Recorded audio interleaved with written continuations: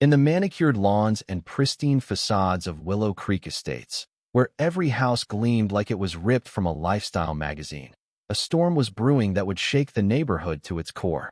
I'm Nathan Carter, a mid-level marketing exec just trying to keep the peace with my wife, Sophia, in our new home. We moved here 9 months ago, chasing the suburban dream, but what we got instead was a front-row seat to a showdown that would make headlines. The trouble started when Linda Harper, our HOA president, decided to slap Sophia with a $2,500 fine for parking our SUV 6 inches over the driveway line. Linda didn't just deliver the fine. She practically danced across the street, waving the notice like a victory flag, screaming that Sophia would face jail time if she didn't pay up. Sophia, cool as ever, just smiled and said, "I've got this." Linda had no idea she was picking a fight with the wrong woman. Willow Creek was the kind of place where the HOA's rulebook was thicker than a phone book, and Linda wielded it like a weapon. She wasn't always a suburban tyrant. Before taking over the HOA, Linda spent 2 decades at the IRS, hunting tax cheats with a zeal that got her fired for crossing too many lines. Think harassment complaints and tactics that made even hardened auditors wince. Fired from the IRS for being too aggressive? That's like getting kicked out of a lion's den for being too fierce. When she landed in Willow Creek, she traded tax audits for measuring lawn heights and mailbox angles, turning our neighborhood into her personal fiefdom. To Linda, Sophia and I were the perfect targets. Young, successful, driving a shiny new SUV. In her eyes, we were entitled newcomers who needed to be put in their place.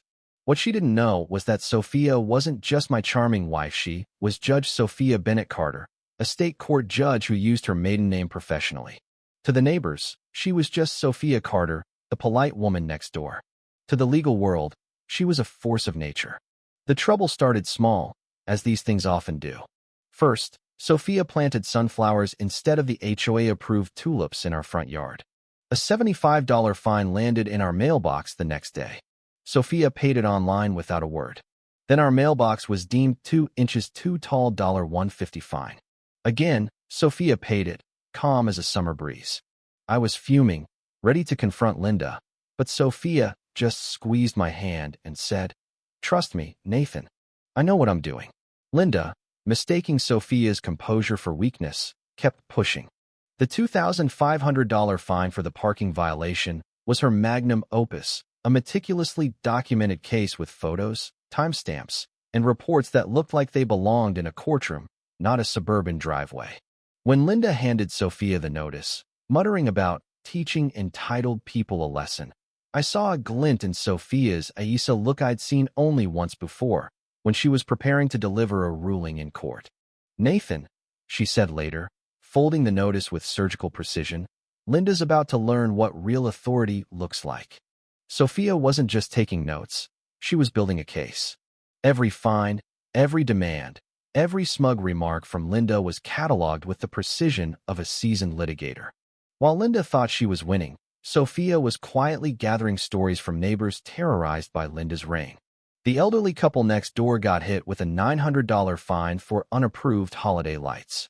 A young family across the street faced a $1,200 penalty for a non-compliant birdhouse.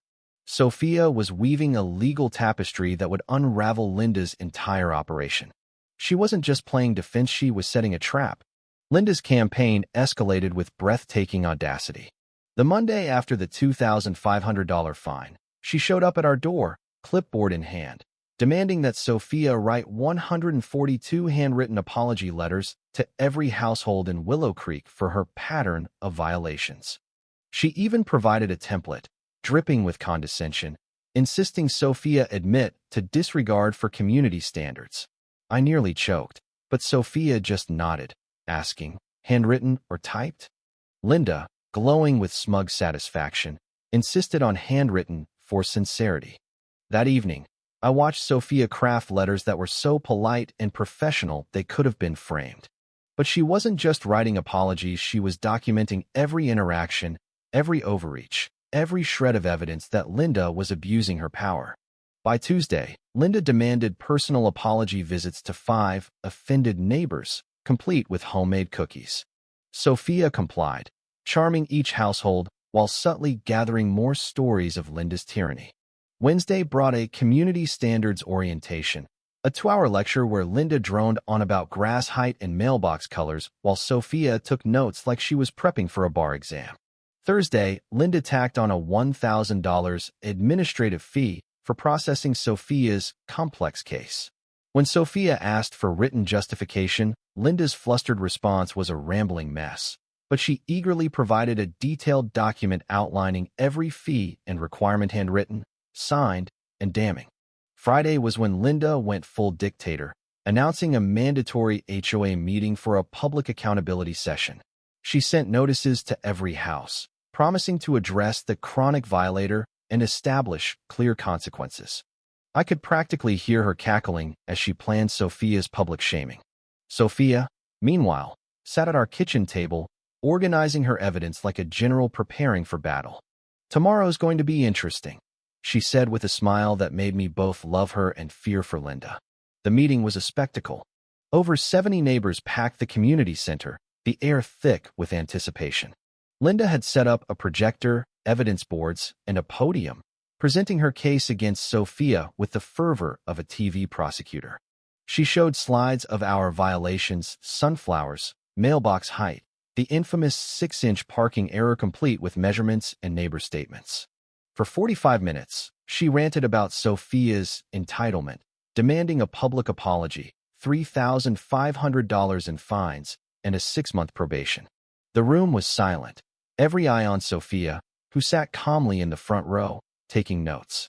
Then Sophia stood, her presence commanding the room. "Ms.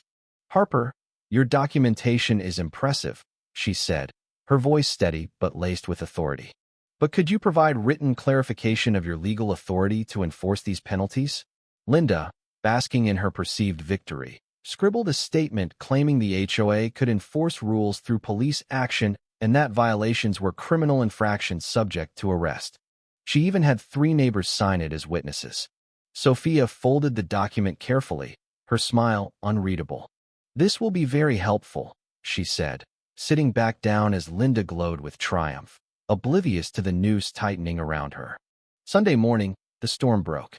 I was washing my car when Sheriff Tom Reynolds pulled up, looking uneasy. Linda sprinted across the street, waving her folder like a war banner, demanding Sophia's arrest for theft of community services and contempt of legal authority. Sophia greeted the sheriff like an old friend, calmly explaining she'd pay any legitimate fine. When Linda screamed for an arrest anyway, Sheriff Reynolds started asking routine questions. Sophia's answers laced with terms like due process and administrative law made him pause.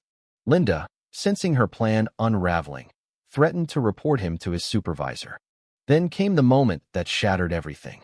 "Ma'am," Reynolds said to Sophia, "did you administer oaths at a county ceremony about 18 months ago?" Sophia nodded. "I swore in several officials, including law enforcement." Reynolds' face went pale. "Judge Bennett," he stammered, "I didn't recognize you without your robes." The air froze. Linda's jaw dropped as she realized she'd been tormenting a state court judge. Neighbors gasped. Sophia handed Reynolds her folder, containing Linda's handwritten claims of false authority, threatening letters, and illegal demands. "Sheriff, this is a case of harassment of a judicial officer," Sophia said, her voice cutting through the stunned silence. "A serious crime with potential felony charges." Linda collapsed into sobs, admitting she'd lost everything when fired from the IRS and saw the HOA as her last grasp at control. Sophia could have crushed her with charges, but instead, she offered a lifeline. Resign from the HOA, apologize to every affected neighbor, repay $9,000 in improper fines, complete 200 hours of community service, and attend anger management counseling. Linda, broken but grateful, accepted. Over the next months, Linda transformed. Her apologies were raw and genuine. Her restitution checks a lifeline to struggling families. She shopped for elderly neighbors, fixed fences, and learned to serve rather than control. Sophia helped reform the HOA, turning it into a democratic, neighborly institution. Willow Creek became a true community, its property values soaring not from rigid rules, but from genuine care. Linda even earned back some trust, joining barbecues as a humbled neighbor. In the end, Linda's power trip collided with Sophia's quiet strength, proving that real authority doesn't need to shout, it waits, plans, and delivers justice with mercy. The lesson? Never underestimate the calm one in the room. They might just be the one holding all the cards.